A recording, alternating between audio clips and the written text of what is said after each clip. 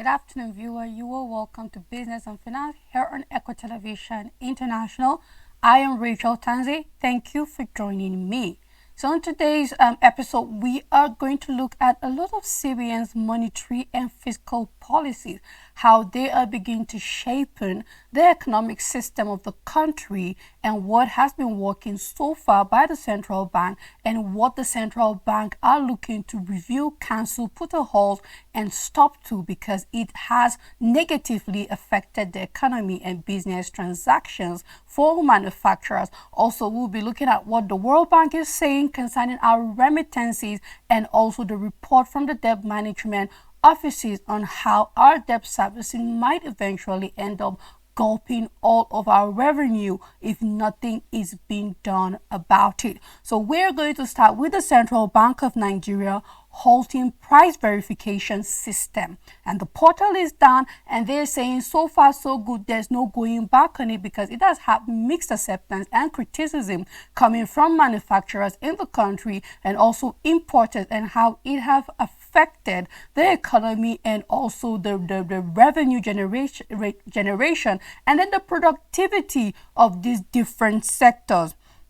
Now, the Central Bank of Nigeria has discontinued the price verification system and report as criteria for importers to access foreign exchange. Now, this is coming from the Acting Director, Trade and Exchange Department, of course, speaking on behalf of the President. We're looking at Dr. W.J. Kanya disclosed this in a circular to banks and the general public, adding that the price verification report from the portal is no longer a requirement for the completion of a Form M.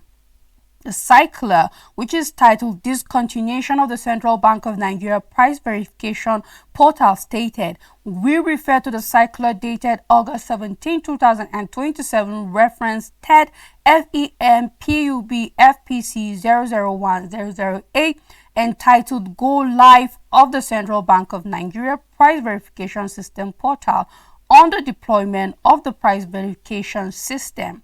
Now, in view of recent development in the Nigerian foreign exchange market, the CBN hereby discontinues the price verification system, consequently with effect from July 1st. So we are looking at it starting today, on this very day of 1st July 2024. All applications for Form M shall be validated without the price verification report generated from the price verification portal. So the portal is done alongside the verification process for the Form M. Now, for the avoidance of doubt, by this circular, the price verification report is no longer a requirement for the completion of a Form M. Now, the PVS was introduced in August 2023 as criteria for importers to access foreign exchange. Hence, the price verification report was mandatory for all Form M requests. The Form M is a declaration of intention to import physical goods into Nigeria and is used to apply for forex purchase in the official forex market. Now, if we know, if we've been following business and finance for a long period of time now, you will know that one of the major challenges that we have marketers, importers going through, one of the major challenges is that of forex shortage and scarcity.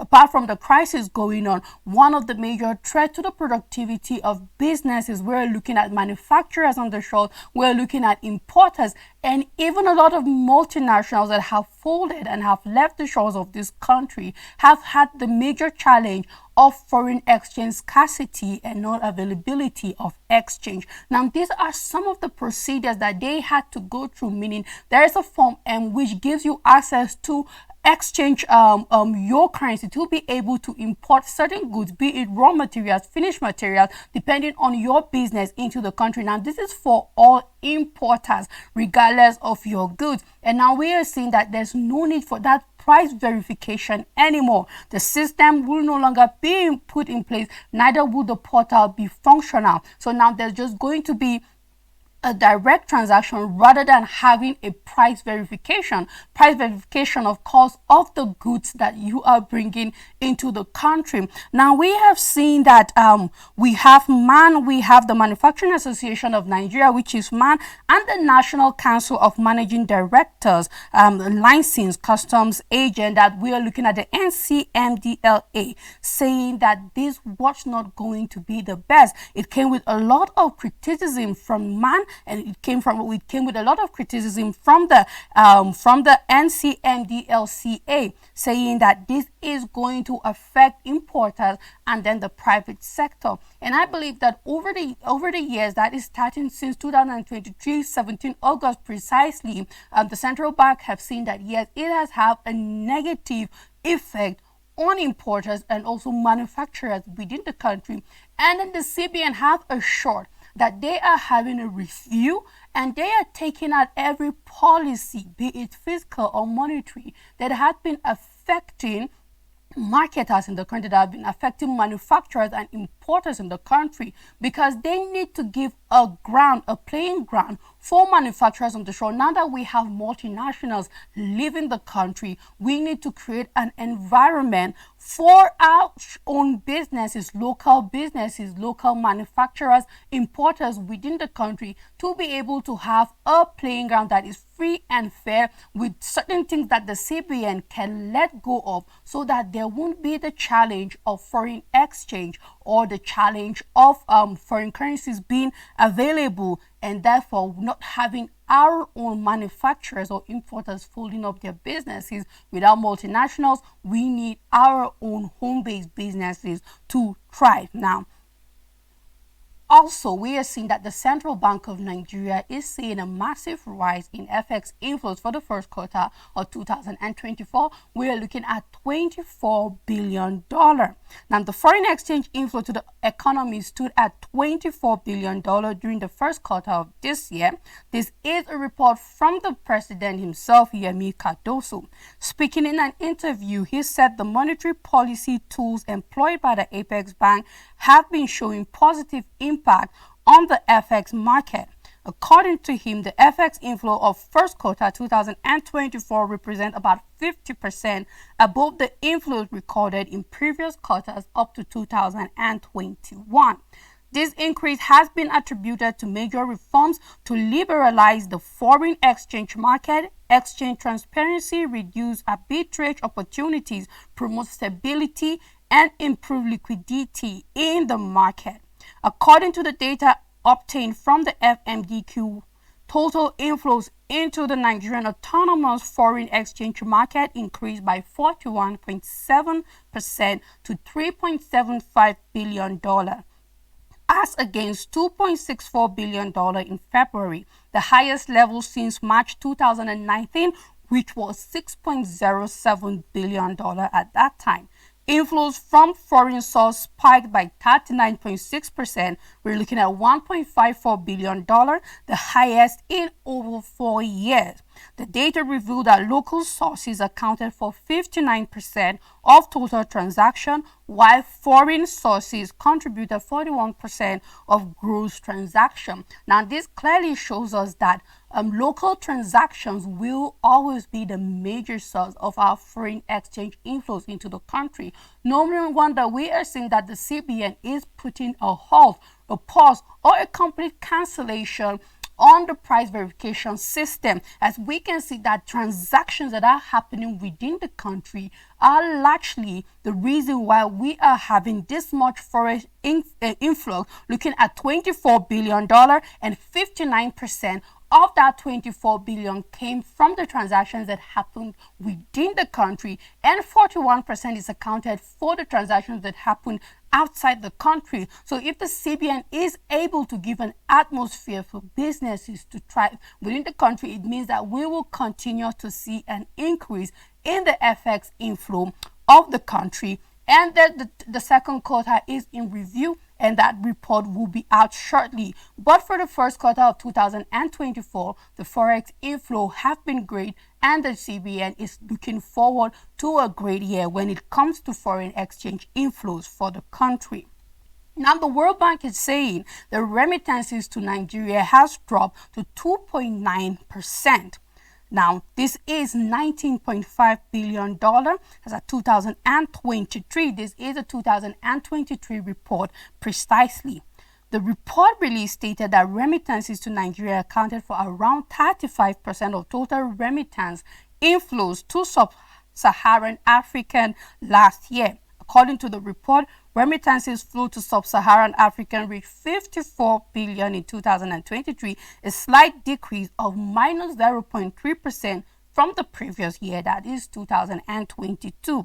It, however, said that remittance flows to the region were projected to rise by 1.3% in 2024, adding that the projected moderate growth in remittance reflects the expected slower growth in the United States, while a feeble rebound is expected of Europe.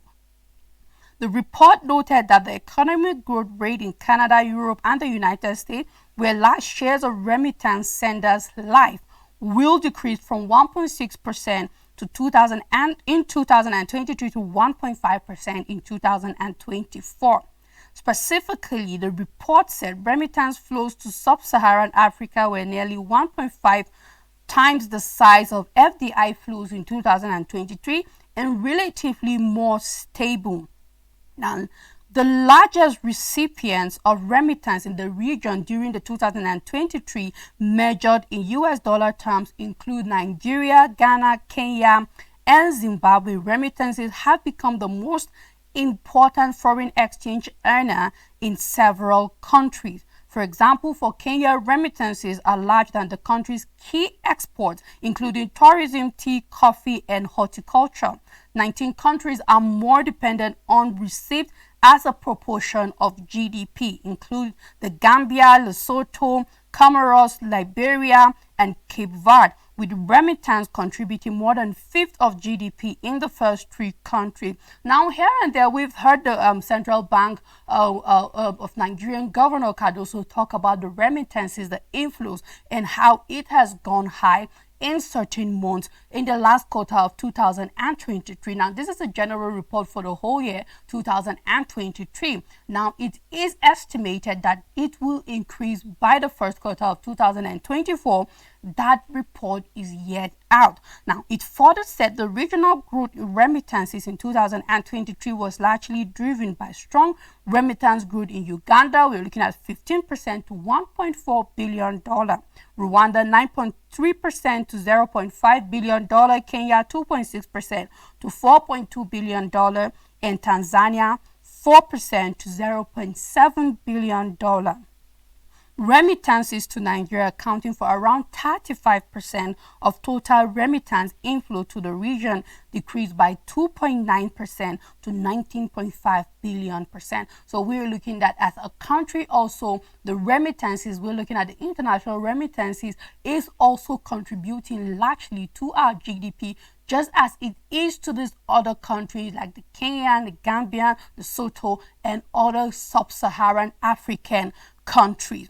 Now, the Debt Management Office is bringing to light the fact that if we are not careful with our debt to GDP ratio, we will be looking at generating money that will only go directly to nothing more but debt servicing in the country, as we are seeing our debt to GDP ratio going over 50%. We are looking at 51.2% precisely.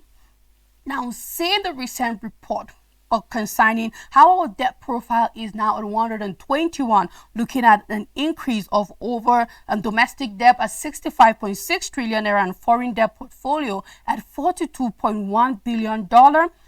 As of December 2023, Nigeria's total GDP was 229.9 trillion naira in nominal terms.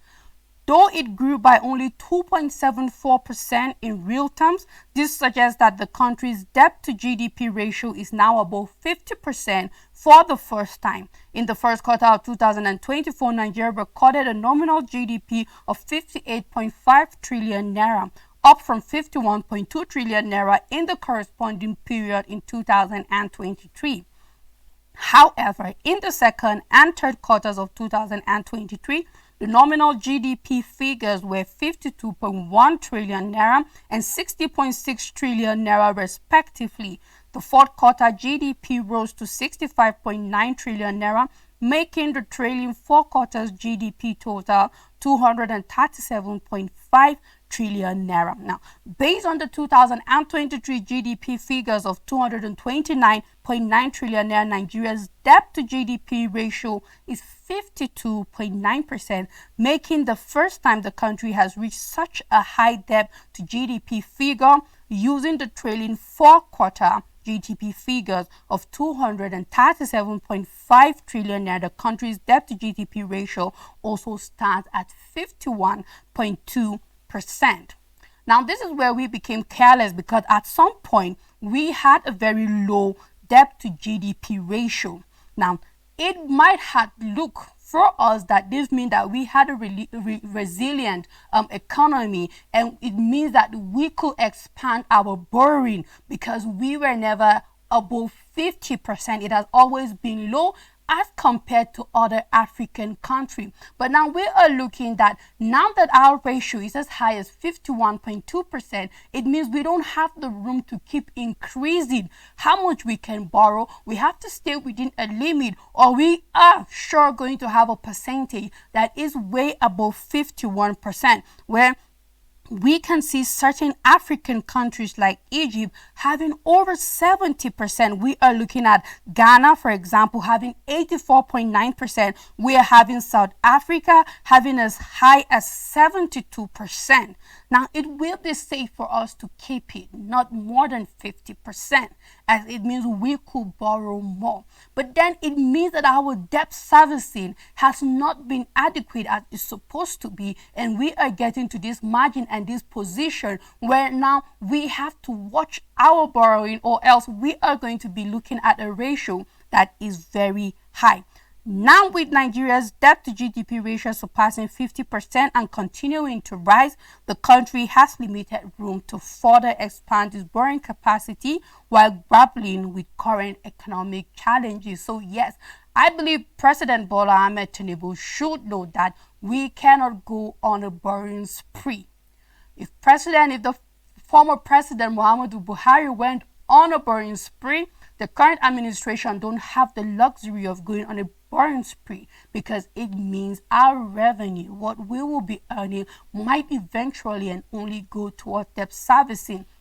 It means we are going to have more and higher budget deficit, and we are going to have a portfolio that is our debt portfolio of increasingly high, that we might not be able to do anything with revenue generated, rather than to keep paying debts over and over and over again. So yes, we might want to watch it and keep our percentage where it is now. Is at 51.2%. We can draw a comparison and say it's not as high as the 74% of countries like Ghana, but if we are not careful, we can get to that position. Now, again, the Central Bank of Nigeria is saying that the credit to the government and the private sectors have risen to 10%. We are looking at $102.69 trillion. Despite the tightened monetary policy stance adopted by the Central Bank of Nigeria as part of its effort to stem inflation, net domestic credit, that is credit to the government and private sector, rose by 10.54%, looking at 9.80 trillion naira to 102.69 trillion naira as at May, from 92.89 trillion in April. This is a latest data released by the Apex Bank, that is the Central Bank of Nigeria.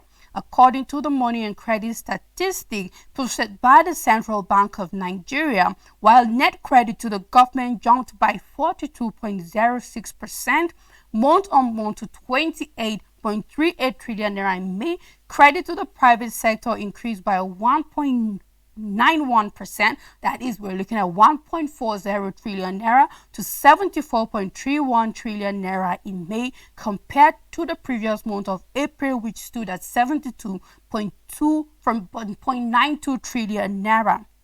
Now, a further analysis of the data revealed that currency in circulation rose by 1.07% to 42.15 billion naira to 3.97 trillion naira in May compared to 3.92 trillion naira in the preceding month. Similarly, currency outside banks increased by 2.91% or 104.89 billion naira to 3.71 trillion naira in May, compared with 3.61 trillion naira in April. Now, when you have two currencies coexisting and looking at certain policies that haven't worked in the past, we are still having a huge number of money outside the bank in circulation and even within the bank in circulation. Well, we can say money within the bank in circulation will be better and of course not as bad as it will be for the Central Bank of Nigeria. Looking at the recapitalization process going on, we can say, well,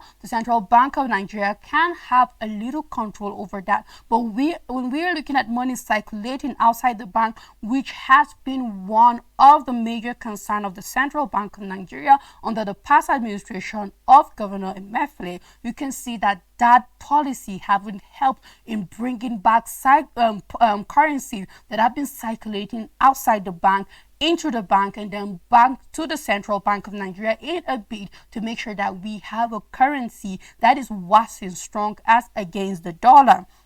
Now, net domestic credit rose from 90.80 trillion naira in March to 102.69 trillion naira in May, despite the Central Bank of Nigeria implementing a series of restrictive measures, including hiking the benchmark interest rate, the monetary policy rate. We saw where it was increased in the last MPC meeting by over 150 base points. Now, and its reintroduction of open market operation auction in its bid to rein in inflation, which hit 33.95% in May of this year 2024. So we can see that yes, the Central Bank of Nigeria have put in some drastic measures, but still yet currency circulating within the banks and outside the bank have increased. We're looking at credit for the government and then the private sector, despite an increase in the monetary policy. The first meeting for the year, we were seeing over 200 base points. The second meeting was 150 base points, and yet nothing has changed. Currency is still out there circulating. The central bank is still trying its best to see what it can do to control the outflow of currencies from the bank, be able to keep it within the bank and then back to its coffer. Now, thank you for staying to the end of Business and Finance with me today. Till I come your way next time, goodbye.